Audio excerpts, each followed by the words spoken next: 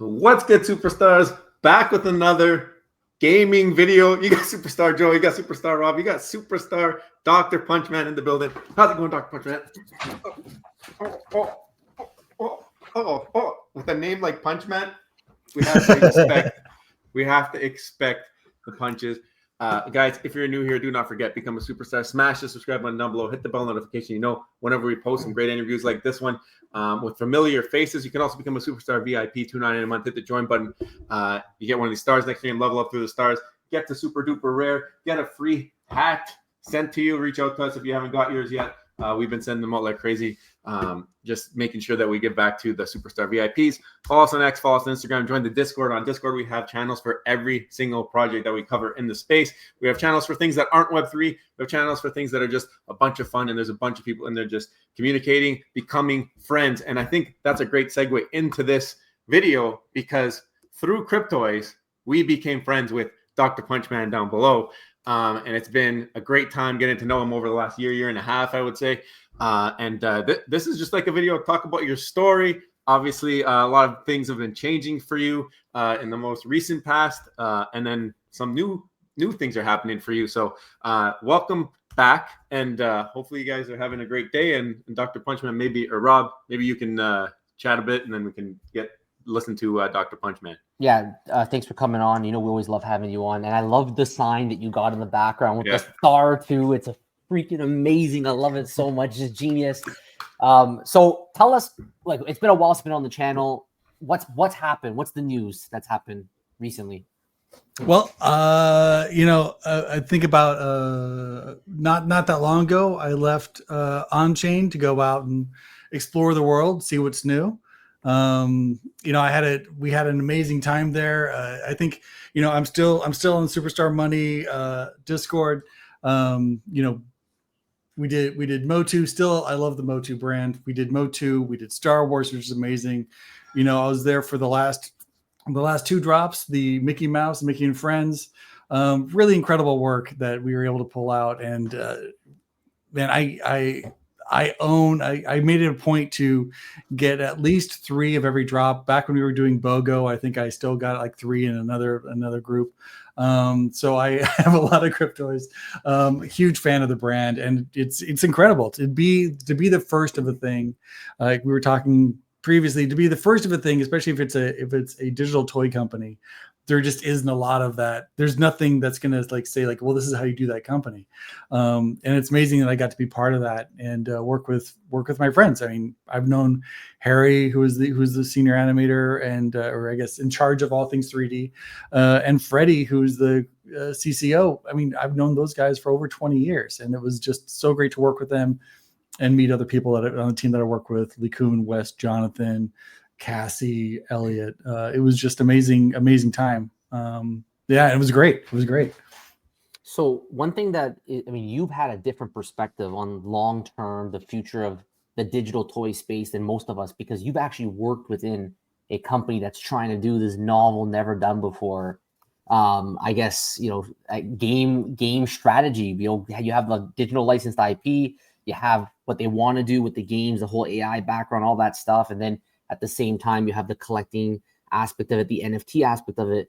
What do you think about the future of this space? Do you think that this is something that we're going to see more of? Is this viable long term, or do you think that this is something where it's just basically going to follow the NFT kind of market rather than the gaming market? I've been talking to a lot of guys in the Web3 market outside of on-chain. And I think even if you go through and read your Discord, you see one word come up over and over again. It's a word that Harry uses all the time, especially talking about blockchain NFT, and that's utility. And all it really matters is utility. And I've made this analogy since I started the company after talking with JT, the CFO at OnChain, who's a brilliant guy. It's really is that, like, NFTs are great. NFTs with utility are amazing. And how do you give them utility? What is that utility going to be? And that's really what brings everything together. And I think, being toy centric, as Jonathan says, being toy centric with Cryptoys is really what we need to be, and thinking about how these things are in the world of play. And to me, that's the utility. When you listen to Will's story for the company, which is amazing, I was talking to my daughter. She's there's toys all over the floor. How about a digital toy so I don't step on it at night and break my neck? And kind of started on chain to build Cryptoys out. I think that's a great utility. And I think in this space, it's something that's kind of been missing.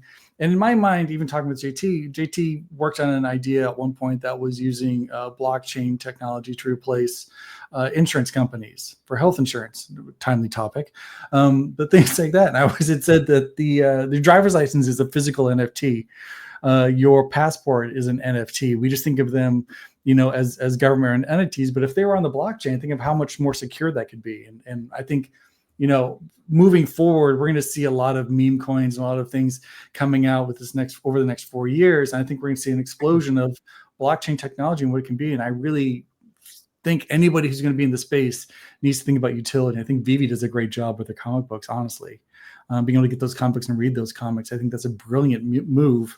And I think there's a lot of excitement in space. And even early days on OpenSea, there were a lot of people who would do music, and that music was the NFT. So you could enjoy that music, the sheet music, but you owned that little section of music. And I thought that was a fantastic idea, that kind of utility.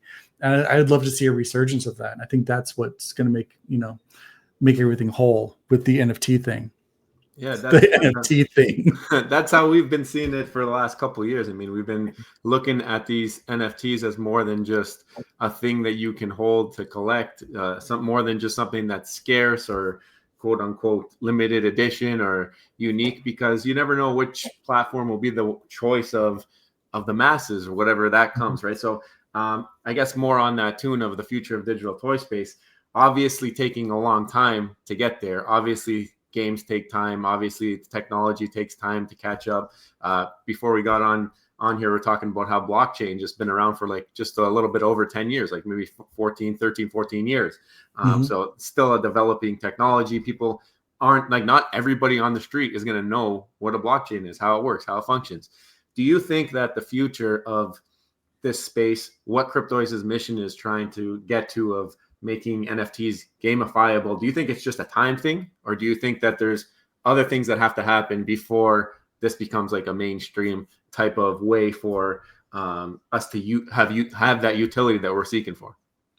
Well, I mean, if you look at what they did, when they came on the scene, everyone was screaming about marketplace. So they brought you not one, not two, but three marketplace. I'm not sure if the third one dropped yet or not, but they brought out marketplaces, right? I don't think I'm really letting anything go there. But you have the DTE, you have the Toykin, and then you've got the mobile experience, right? In my mind, those are three marketplaces, and I think so yeah, they overachieved on that ask. And then they started coming up with the games. They gave you not only like a preview for one game, but two games. And there was other games that were in the mix. At the time of my leaving, I don't know where the development cycle is on that and what the next thing is, but I know that we had games ready to go, games in the movement. And so like we said before, I think, early next year, we're going to see a lot of movement with Cryptoys. And it's going to be some exciting stuff. I mean, they created a new thing. You never get to create a new thing. Will came in and said, let's make digital toys. He made a new thing happen. That's amazing. There are no rules. They are creating the rules for this while they're going. And I think it's a great space to watch. And I know I'm looking through like VV Fans and then Ardro on your Discord. They've got some concerns about what's going on. And I'm just going to say, wait for it. They obviously know what they're doing. They got you this far, and they got a ton of funding. They got Disney, they got Mattel. I am very curious to see what Q1 holds for on-chain, especially Cryptoys, because I'm obviously a big fan. Yeah, that's pretty interesting that you mentioned that. I mean, the mobile aspect of it is something that I'm very interested in, because I don't really play any games on, let's say, the computer, or I don't use any game systems. I mean, there was a time in my life where I was much more active on the systems, but now if I'm playing a game, it has to be on mobile, just because it's just the way it just fits into my life the best. So the fact that they're bringing in kind of this passive play with a mobile app is something that I'm pretty interested in, just to see how it's all going to work with the ownership. And the marketplace was key. It's a necessary thing with NFT technology. Without a marketplace, where's the freedom to give away? Where's the freedom to do what you got to do, right? That's why it's so important. Okay, so moving on to what's next now. So you've left Cryptoys. What are you up to now? So when I found out that I was going to be leaving Cryptoys because companies were doing some restructuring, first thing I did is I looked around to see what options I had, and I, like everybody else, I went to LinkedIn and I saw the tire fire that is LinkedIn, right? You have, and I don't want to make this sound like I'm poo-pooing AI, because I'm not, because I love a lot of AI stuff out there, but AI making job postings, AI fulfilling all the jobs, AI just over everywhere, just kind of making it possible. And you see companies like Amazon dropping like 30 different job openings that are kind of nonsensical in the description, and then they drop them again the next day and the next day, and other companies doing the same thing. Netflix is notorious for doing, hey, this is a job that's gonna pay somewhere between $20,000 and $600,000, and I'm like, that's not a real job posting. And I'm like, I don't want to get in the morass of LinkedIn, especially during an election year when everything is kind of crazy, because companies are waiting to see where money's going to be. And so I said, I'm going to take a step back. I'm going to start my own thing, and I'm going to move forward with that. So I started a company called Pie and Coffee. And because we were so steeped in play at Cryptoys, for me, it made sense to kind of continue that march to play. And so I grabbed some friends that have done games, been in the gaming space. And I said, let's make some games. What do you have? And for me, I see it more as a co-op. What games have they been working on? What games am I working on? And kind of get to come together and make these things work. You might see some familiar faces in here, but yeah, this is a really great team, and I'm really happy that I was able to pull people together. And we're launching this company up in probably Q1. We're already starting. We already have 3 games in development. Wow. And I know that you're an app guy. We've got one app coming up, and the rest of the games look like we're going to probably push them onto Steam. Is where we're going to go, just because most people who in the 25 to 34-year-old age range are using Steam. I personally love Steam. For me, apps are great if you're going to do short, quick things. And so we've got some quick puzzle game type stuff that's going to be coming out for apps. And then we might actually do some actual more utility apps. I've got some ideas for some that'd be fun, but yeah, you even get to see a version of me with a clean shave, which is nice to see, and a good haircut. Is this going to be like solely like a gaming studio where you make your own things, you develop them, you have your own like vision, or are you going to be contracting for other companies that maybe want a team to build them a game? Like, is this opportunity for some of these Web3 companies that maybe want to build games around their NFTs? Is that something that you guys are open to doing? Yeah, I mean, we are doing both. So I am a verified supplier for some larger Fortune 10 companies. Luckily, I have a background in working with Fortune 10, so being able to get those was a little bit easier. But we're a supplier for a couple of companies there. We also are working. We've got Steam, of course. We've got Switch, of course, so we can do Steam and Switch now. And we're just kind of moving forward with how we're going to build this thing up. And I wanted it to be a little bit different. I keep on referring to this as more of a co-op because, Luke Stiltson there, he's got some great game ideas. Chris Litwell's got some great game ideas. Dave Lowe had a really amazing game idea. So we're just kind of going through and seeing what works best. And then we're opening up a Patreon so that members of the Patreon can kind of steer this company and be like, you know what? Those game ideas sound great, but maybe we should do a game like this. And I want to have those conversations. I want to make sure that the audience is a huge part of this moving forward. And I don't want to have those delays in like the conversation. I want to keep the conversation quick. I mean, when my experience in innovation as the director of innovation, I like fast fail, short sprints. I like to get things out there in front of the audience. I want to hear the reviews. I want to be able to iterate and change things on the fly and get these things out there. And I want people to feel like they own a part of the experience of the games, not only just playing them, but foundationally. And listen, there's so many tools out there. RPG Maker is a great example. Godot is another great example of where you can just go through and anybody can make a game. You guys have have shown me some really great stuff that you've been working on in the background. So I won't spoil that. But it's the tools are out there for everybody to do it, but not everybody is going to put in the time to do those things. And I want to take this as an opportunity for those people who want to be armchair game makers, not really get their hands dirty, but still have great ideas to be able to come in and share their ideas. And we'll say, yeah, those sound great. And I think a lot about, there was that Disney movie that takes place in Peru. I'm trying to think what it's called off the top of my head. Somebody in chat knows. But Emperor's New Groove. And that movie had no script. It was a movie where they got together and they just thought of funny stuff. And if it was funny and made them laugh, it went in the movie. And I'm like, there's a golden thing there that I want to try to capture here with Pie and Coffee. That being said, of course, if someone comes by and says, hey, we want to make games and we're going to pay you to make these games, we're going to probably do that as well, because it's nice to have food on the table while you're working on other stuff as well. So yeah, that's kind of where we are with that. And I was very fortunate to be able to get some of these people to agree to jump in. And, they're also obviously working on other stuff as well. Elizabeth she's got her Mezcal Club in Miami, which is amazing. Elliot's doing some amazing stuff. If you haven't checked out his Instagram and see what he's working on, he's doing some killer stuff. Luke and Chris both are just amazing TAs. They're always doing something amazing. And Dilo's working at a company that saves my mind right now. And like I said, Robin is a genius. So he's doing genius stuff, which is crazy to talk to. Both him and his wife, Gabrielle, are smarter than your average person. And it's very annoying. So how long does it take to just churn out these games? I mean, if you're going to have them done in January, is it like a 2-month turnaround that you can just pound a game out?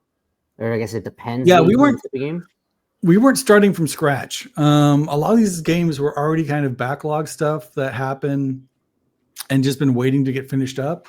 And I think a lot of some we kind of got in the lucky part of time, right?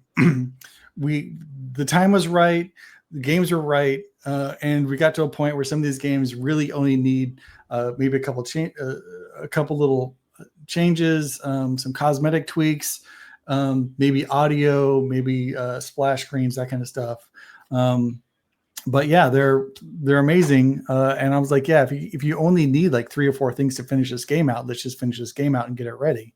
I think right now the biggest pain point we have is Steam integration, getting the SDK from Steam locked into the game. But that's a pretty small hurdle. And we're not launching a full-blown giant AAA style game. There's no reason to do that.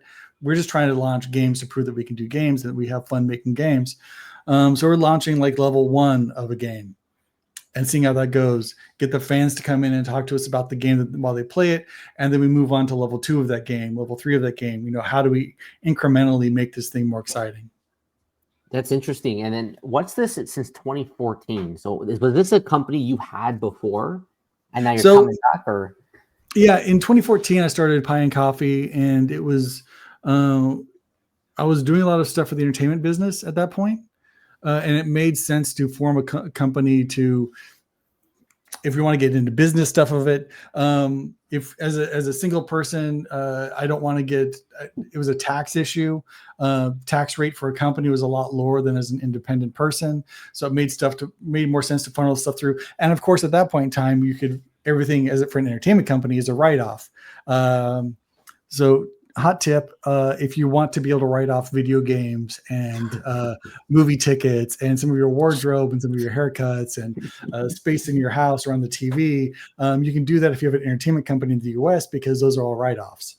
So that was good. And we did all right. We sold, I think, 3 shows to Japan, one to Taste Me Japan, one to another company called Head, I think, which is a Japanese company. And then there's another company that was interested. So we sold shows. They got kind of caught up in development and were never actually developed. We did all right. Hey, I made 3 shows in a language I don't speak. So I think that's fair. Yeah. How'd you come up with this name, Pie and Coffee? Well, you're just eating a pie and drinking a coffee that day? Well, back when I moved to LA, it was just an easy way to meet up with people. And LA is a weird small town in the fact that if you call somebody up and say, hey, do you want to get a cup of coffee? You can get just about anybody to meet you for a cup of coffee. And it's harder now. For some reason in 2024, there's less places that are open at midnight.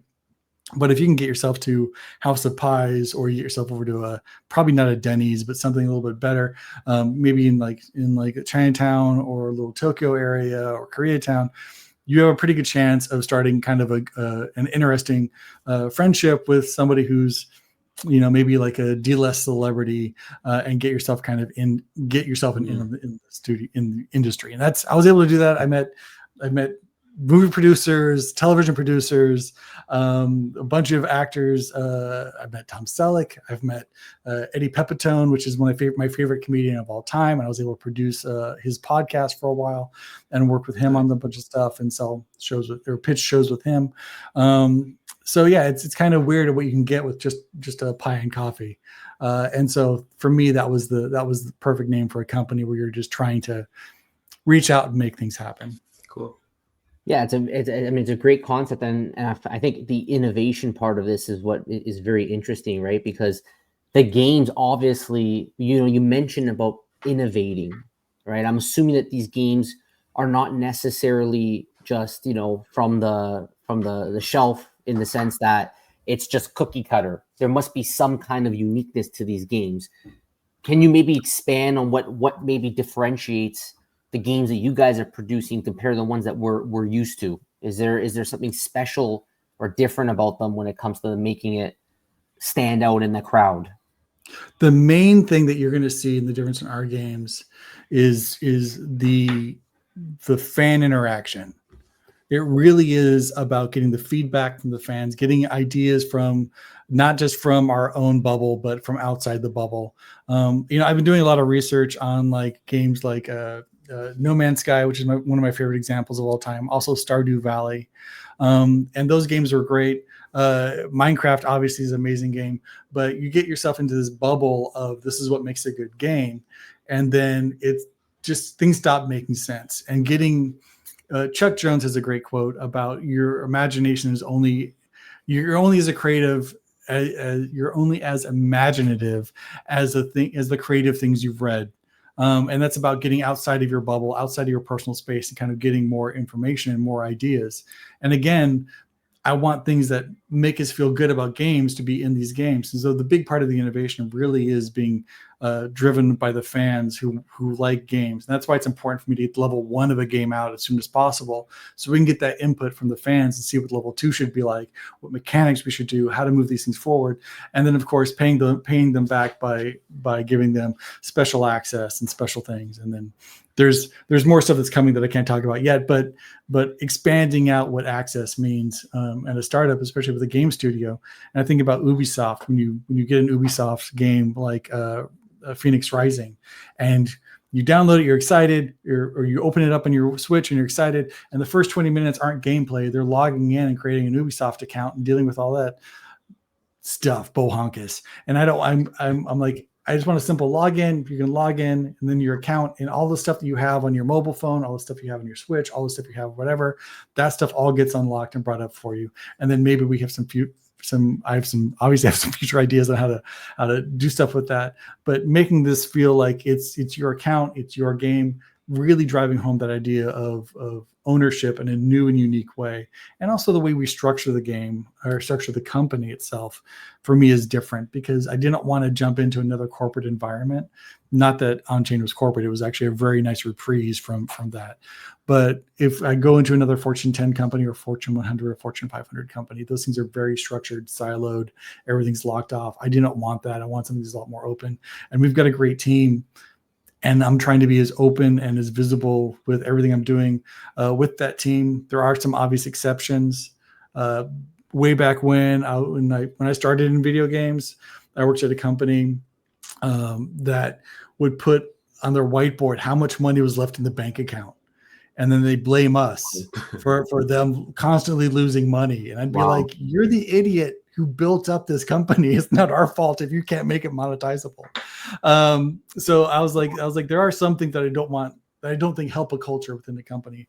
But I think really focusing on the creativity of the team, really having faith in the team. That's a good team, and they're smart. They know what they're talking about. And if a thing seems fun to us, it's going to seem fun to everybody else. And if we get into a room of like-minded people, which I hope I can cultivate, then I feel like good things will happen from there. We'll see what this conversation is next year when I'm like, no, we closed all the message boards and we locked everything up and I burned my phone. So you've mentioned it a few times in the video that you're looking for feedback from the community. You're looking for people to give you input on games. So how do people who are watching this video do that for you? Is it strictly through the Patreon? Do you have a Discord? What's the way that they can get in touch with you guys and see what you're developing and give you that feedback?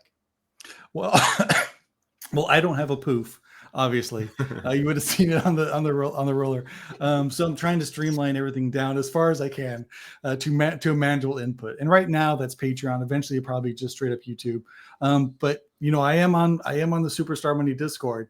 If people want to come in and harass me personally, I don't think I can escape that. So we're gonna make a pie and coffee channel. You can go in there and leave your comments about what you want to see from these guys. Right, you can yell at me from there, berate me as much as you want. But I think it really is important for me to make sure that there is as much as we can do, a funnel of information that comes in and out, that we can really have honest conversations about, what is Pie and Coffee doing? What is the company doing? How are we making money? I've got 3 months of Patreon, which would be $15. Am I getting? I don't feel like I'm getting $15 worth of value out of this. And I think there's a great conversation to be had there. One thing I do want to mention is one of the goals we have, and Luke Stilson on our team, he's amazing at making tools. He makes free tools all the time for Blender. He makes free tools all the time for Unity. We want to make those tools available to anybody. The tools that we build to make our games different and unique and interesting, we want to make those available to the community as well. I mean, Luke's going to do it anyway. So we definitely want to reinforce that these things are going to be out there and available. And so anybody who wants to make their own games can grab our tools and help them hopefully make better games. It's very important that, where the customer service would come from for that. That's not a me thing, but we would be around.